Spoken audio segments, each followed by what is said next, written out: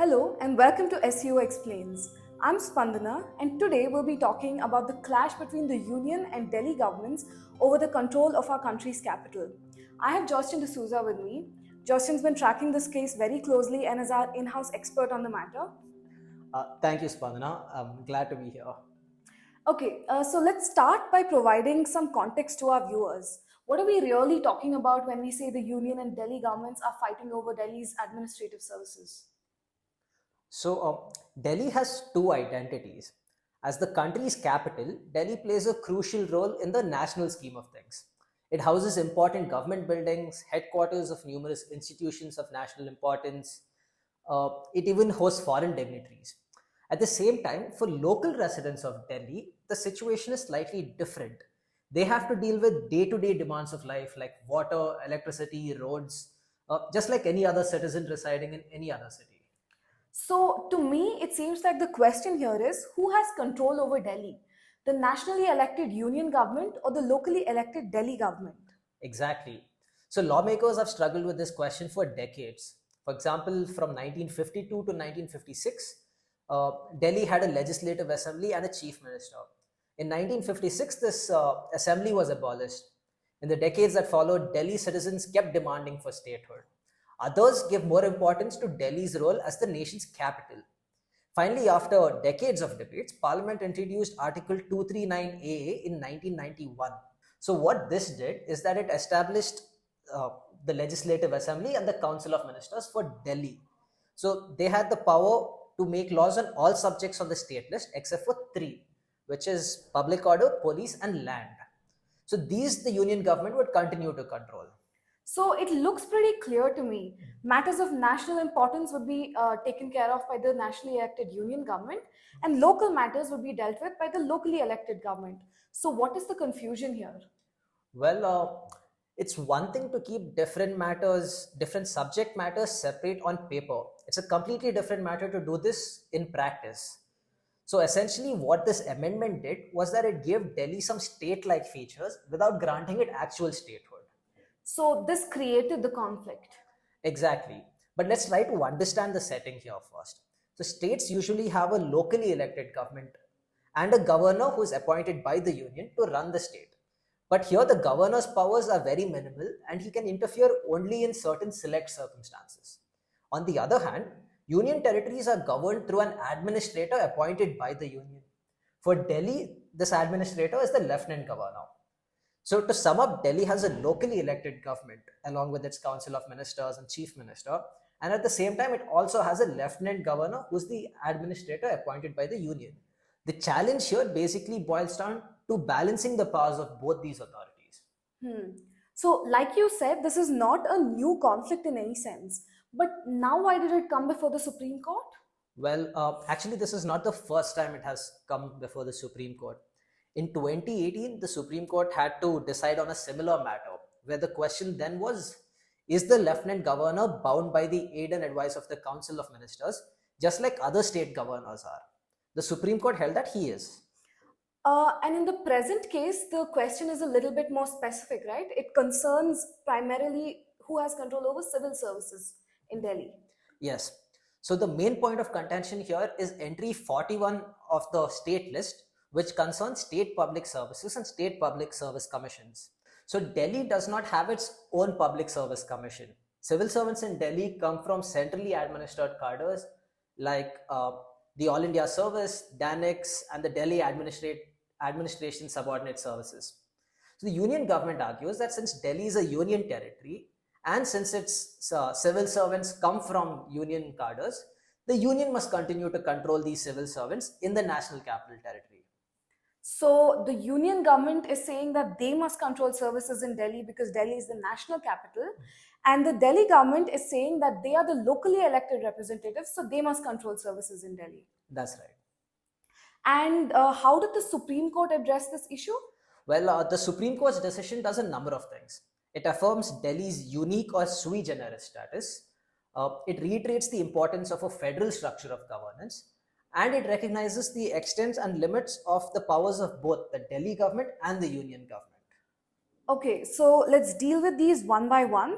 First, can you tell us what the sui generis status of Delhi means? Well, Delhi is a union territory, but it also has some state-like features. So, for example, Delhi has a legislative assembly and a council of ministers, but it also has the administrator appointed by the union, just like other union territories. So, sui generis here essentially means that Delhi is unique. It cannot be fully considered a union territory, and it cannot be fully considered a state. So, what does this mean exactly? Who must control the services in Delhi? Uh, let's think about how policies take effect in a democratic government. So, elected ministers normally formulate policies and laws, but who implements these policies, right? So, civil servants.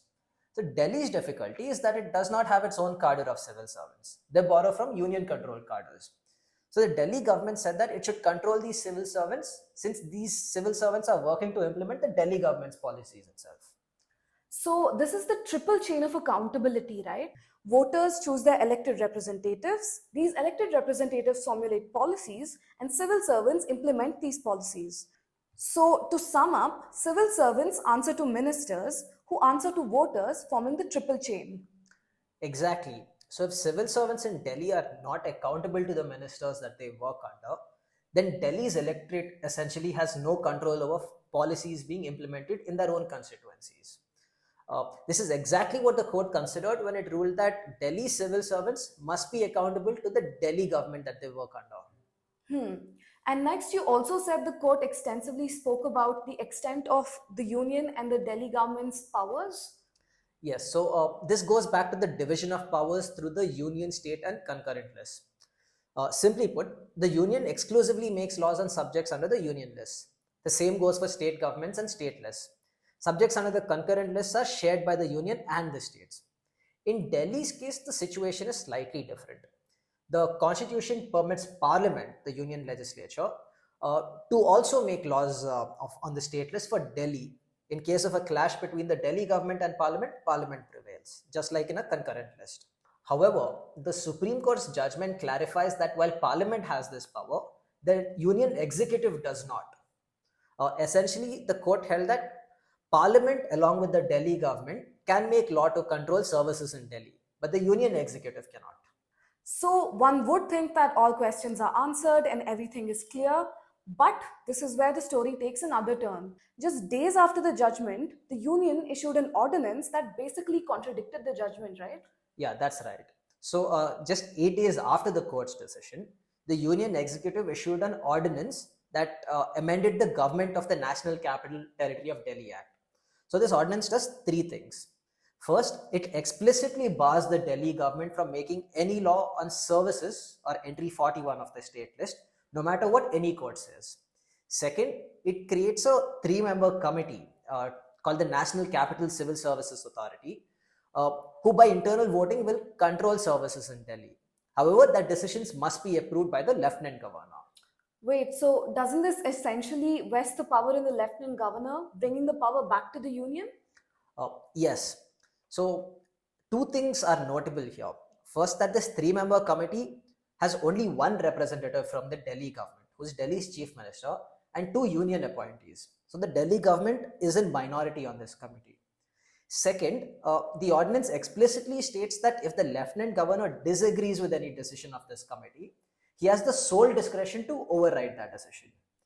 Can the union government even pass such a law going directly against a constitution bench judgment?